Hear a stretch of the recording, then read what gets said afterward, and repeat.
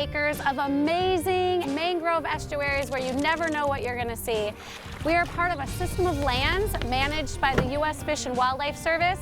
It's federally designated, so it's set aside for wildlife first, but obviously for people too, because there's so much you can do out here. What that means is it's a safe stopover for migratory birds, and then we also have residents that are here year-round. Over 245 different species of birds throughout the year, so there's something to see for everyone. You know, here in Florida, you don't know seasons by fall, winter, spring, and summer. We know it by seasons of wildlife. But we're set aside for beautiful sites like this.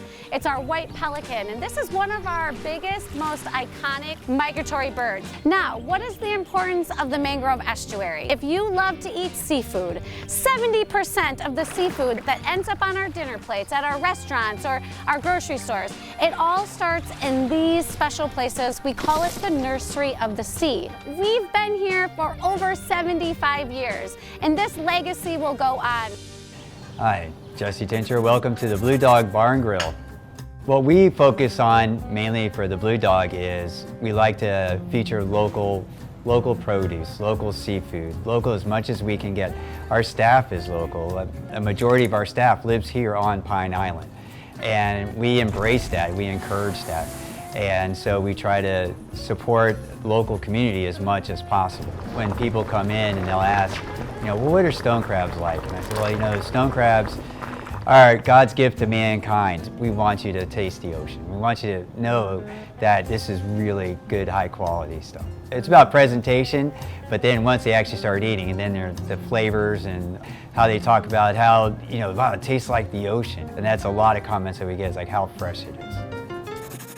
This is the Dunbar murals at McCullen Hall. McCullen Hall is important because it was considered the heart of the Dunbar community because all the famous jazz musicians came through here, such as Louis Armstrong, Ella Fitzgerald, and Billie Holiday, to name a few, because everything was very racially segregated. And so you had what they called the Chitlin Circuit, where famous musicians would come to put on shows for black audiences. And so blacks could come and enjoy themselves and be safe.